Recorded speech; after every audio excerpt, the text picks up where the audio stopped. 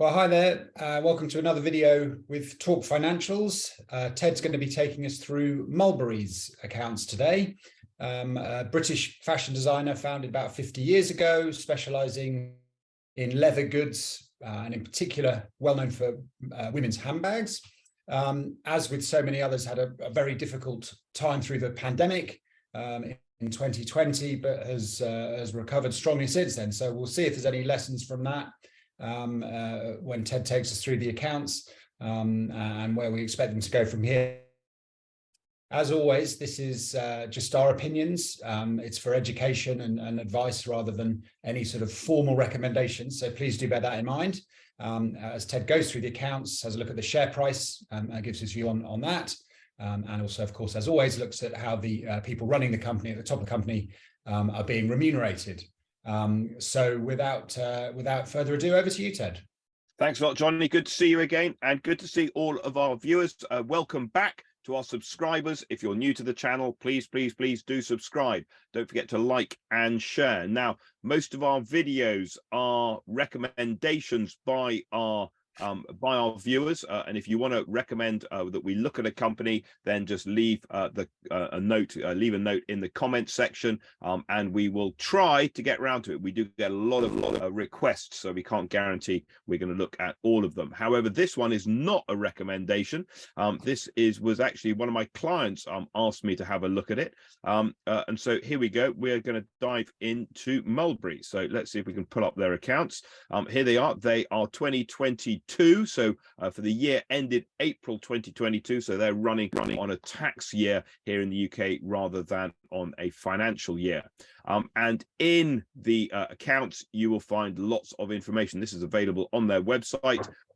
Obviously, they're getting to the end of their 2023, but this will tell you who runs the company, what their strategy is, etc., etc., and so that you're not like me, where I keep getting muddled between my Burberrys and my Mulberrys. Handbags, these guys are big on handbags. So let's see how profitable the world of handbags is. And here we are.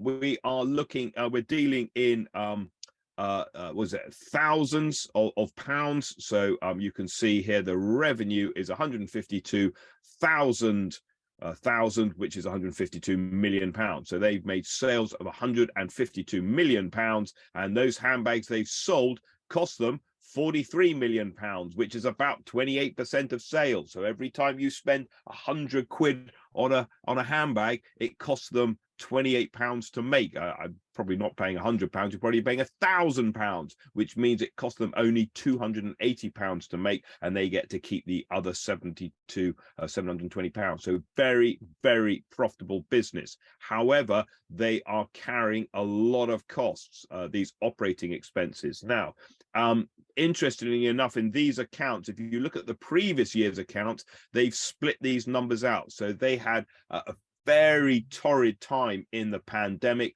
and they basically kitchen sinked it. Okay, and our kitchen sink is where, you know, things are going bad and you think they're so bad and everybody else is having a horrid time. I'm just gonna chuck everything in there. So they closed down stores, they made people redundant, you know, they really they just closed the whole thing down. They had a real consolidation exercise, and that cost them a lot of money. Interestingly enough, this other operating income, this is furlough, so they got a 6 million kind of rebate on their furlough scheme. And so having made about almost a 50 million pound loss in 2020, and then turned it around to a 5 million profit, they are now in a 20 million pound profit situation. So they've really cleared out their costs, and looks to me like they've they're focusing on their core business. Now, I reckon if you go from -50 to 5 and up to 20, you're kind of on a stratospheric, but I wouldn't expect that 33% increase in sales to continue for the foreseeable future. I don't think this is going to double and double and double and double again, etc., etc. I think what they're probably doing is coming back to pre-pandemic sales levels. So sales in 2020 were 149 million, for example. I think they're coming back there, and they're probably going to level off. But still 20 million, you know, I mean, that is profitable. That's a 13% profit margin. Little bit of financing costs there, suggesting there's a little bit of debt sitting on the balance sheet, but really not a problem given a company which is making an operating profit of £25 million. So let's look at the balance sheet. See how strong their balance sheet is. Here is their balance sheet: 55 million of assets. And these are basically property and property, plant and equipment. The right of use assets is exactly the same as property, plant and equipment. It's just on a lease rather than owning it. And a little bit of tangible, intangible assets up here, and that'll be things like maybe a little bit of trademarks in there, some goodwill perhaps, etc., etc. The current assets, inventories. Now this inventory figure is high. That's kind of a little bit of a kind of just a sort of maybe an alarm bell. If you run your analysis on these guys, I can tell you that it looks to me like it takes them 290 days to sell their inventory. So that's from the day they buy it to the day they sell it, or the day they manufacture or buy the raw materials, and then sell it. Typically, these companies will outsource their manufacturing. But it's taking them 290 days, and that's a long time, and that's fairly consistent year on year. Trade and other receivables relatively small. These guys are retail, so you'd expect that to be pretty small. Average payment days is 15 days, and their trade and other payables is pretty high. So it's taking them 77 days to pay their suppliers. A lot better than the previous year. If you were to compare the previous year with their cost of sales, which is up in the income statement, if you remember, it looked like 112 days. So just to summarize that, if you buy something on day 0 and sell it on 289, and it takes you another 15 days to collect the money in, it's coming in on day 305, you're paying your suppliers on day 77. That leaves you with what's known as a working capital requirement of about 225 days. So if you're going to fund your business for 225 days, you need a lot of working capital. So the working capital for these guys is the 78 million of current assets, the 41 million of current liabilities. Now, regular viewers will know we like to kind of compare that and look at the liquidity and say, yeah, that looks absolutely fine. For every I think that the liquidity ratio for these guys is for every £1 they owe and have to pay soon, they've got £1 and 88p either as cash or coming in as cash soon. But these guys cannot afford to have any less liquidity in that because of this very slow stock turnover. So if you kind of walk past a Mulberry shop and you see those handbags in the shop window, they've been there for a long time and they will remain there for quite a long time. Okay, so 290 days, it's a long time. So that's kind of, just something to be aware of, is that, just comparing these two numbers isn't enough. We actually need to do this kind of working capital requirement calculation, which I'm not going to run you through how to calculate that. That's outside of the scope of this video. Little bit of non-current assets. You'll notice that these are really the leased assets. So you remember those kind of right of use assets that they've got sitting on the balance sheet, sort of somewhere up here, just out of sight, and those are the two liabilities that sit alongside it, and that's going to be the interest payment. So they're paying interest on lease liabilities rather than on their debt, and they do have a little bit of borrowings. I mean, it's not a huge amount. It's £5 million, for example, so not a massive amount compared with their lease borrowings. And down to the equity side, so they haven't raised any more equity, but what they have done is that looks to me like they've retained all of that profit that they made, the 20 million, and they've reinvested back into the business. So they're not paying out dividends. What they are doing is just keeping hold of that money. So here we can see there's the profit for the period, 20 million. There's the retained earnings at the beginning of the year, and there's no dividends being paid out, so it's all being held in. So it looks to me like they're kind of, they're really consolidating. They're kind of making sure that they're fully capitalized. They're kind of preparing for post-pandemic growth. They've cleared out all of the kind of the bad parts of the business.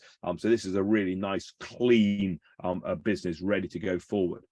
In terms of cash flow, business like this, you'd expect reasonable cash flow, so 19 million of cash flow. Again, you can see the previous year, even though they made a £6 million or £5 million profit, they generated lots and lots of cash. So this kind of business tends to generate a reasonable amount of cash, although that stock is a big issue for them. So that kind of holding on, and you can see here the kind of the increase in inventories, it's costing them. You know, they're holding 5 million extra pounds, and if you have an increase in receivables, that's people who owe them money as well, and increase in payables is a positive. That's what they haven't paid to their suppliers. But the depreciation, non-cash expense, is a kind of a big driver of this this positive cash flow. In terms of their investing activities, they've disposed. Now this is I think it's the lease on a shop. You'd have to look in note 7, but they disposed of a lease that they have on a premises in Paris, and so that's been kind of, that's obviously a nice little kind of one-off proceeds. You're not going to see that. Didn't see it last year. You're not going to see that next year. Generally speaking, you see negative figures in here. And then finally, their financing activities, they're paying the leases on their right of use assets. So those are the kind of the key numbers for our friends at Mulberry. There's nothing else that kind of stood out to me as a kind of a big howler, so to speak. We said we'd have a look at the share price. Here is the share price, a couple of days old. Market cap, down the bottom there, you can see the market cap, £151 million. So if you're buying this business, you're buying, you're going to pay £151 million for a company that makes you £20 million a year. Interestingly enough, by my calculation, that's about 8 times earnings, but these guys have got it down as a 15 times earnings. So I'm not sure quite, what the difference is there. Maybe there's an interim update, but I would suggest that it doesn't look cheap, but it doesn't look massively expensive. Dividend yield, 1.19%. If you look at the dividend, well, I mean, they didn't pay a dividend out last year, so this will be based on mid-year figures. So 15 times earnings is not unreasonable. What's that? A 7% yield, for example. Their net asset value on the balance sheet is 37 or 38 million pounds. That's the equity number that we were looking at on the balance sheet. And that means that these guys have got an inherent goodwill of about 114 million pounds. So, it's kind of, I mean, there is, obviously you're going to be paying a lot of goodwill for a company like this because it is all about the brand. It's all about, them being able to kind of promote this brand and sort of, so I don't know, if you really want to buy a handbag, Johnny, then you go and buy your Mulberry one and you go around and all your friends are very, very jealous. I don't really get the kind of whole fashion world, but hey, that's just me. I'm an accountant. So those are kind of the key numbers, I think, coming through. We did say that we'd have a little look at remuneration. So let's just see who's in charge and how much they are paid. And the person in charge is Thierry Andretta. So if we just go and have a look at Thierry, you'll find it on page 53 of this document. Here it is. So here is the executive, and Thierry is being paid 1.8 million pounds, nearly nearly 2 million pounds. So 1.8 million pounds for Thierry, and I'm sure he's worth every penny of it, up from 1.2 million pounds in the previous year. That's a 46% pay rise. So somebody's feeling very pleased with themselves. 46% pay rise. Well done to them. And if you want to see what the employees are being paid, that is also on these accounts. You've got to scroll down to about page 192, page 92. Here we go, some staff costs. So we can see the staff are being paid about 40.7 million pounds in total, and there are just over 1,000 staff. So if you pay 1,110 staff 40.7 million pounds in the year, you're paying an average salary of 37,000 pounds, and therefore Thierry is on 50 times the average wage. Okay, this is all very much an estimate. But of course, if you're working at Mulberry, you can work out whether you are above or below average.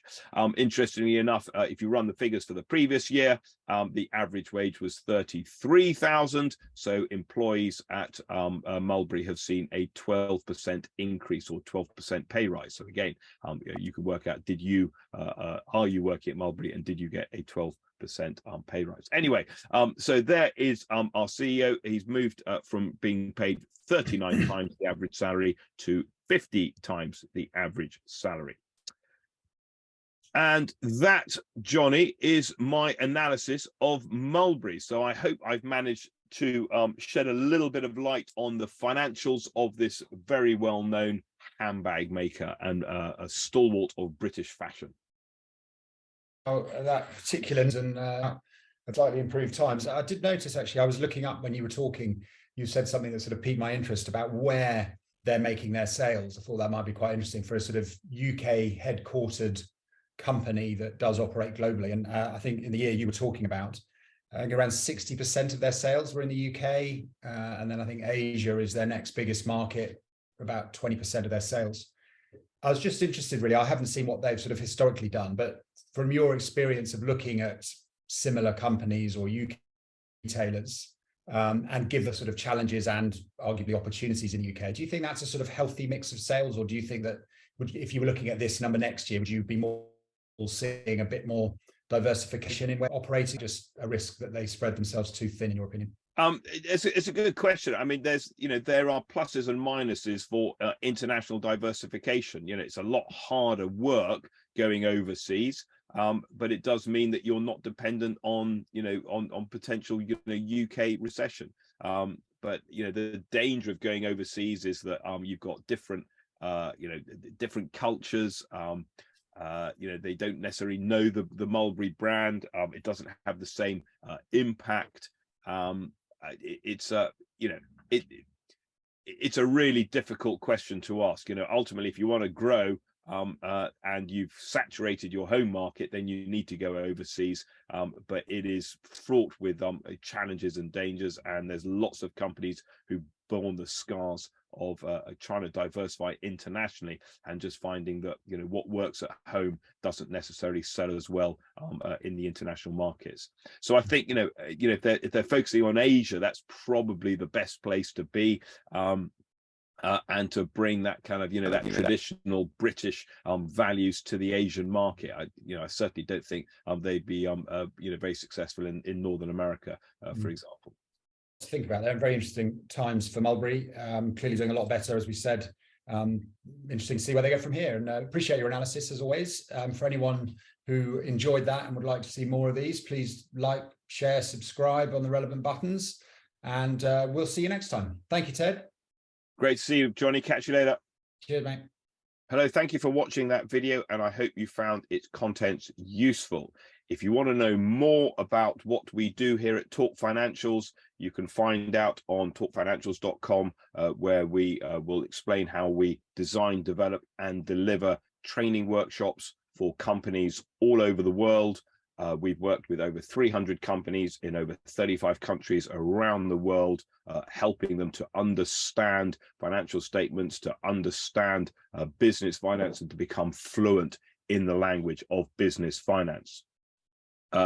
If you're interested in developing your own skills in how you read and interpret financial statements, I've developed an online workshop which is available. All you've got to do is click on the QR code there, point your camera at the QR code, and that will take you through to an online workshop, and it will help you to improve your own ability to read and interpret financial statements. I've also written a book called How to Talk Finance, and again, that is available. If you click on the QR code, it'll take you through to the Amazon website, where you can buy the book either as a hard copy or as a Kindle edition. And that's really everything from me. I'm on LinkedIn. It'd be great to stay in touch. If you'd like to contact me, then again, just click on the QR code and send me a message. And good luck with your financial analysis. I hope it goes well.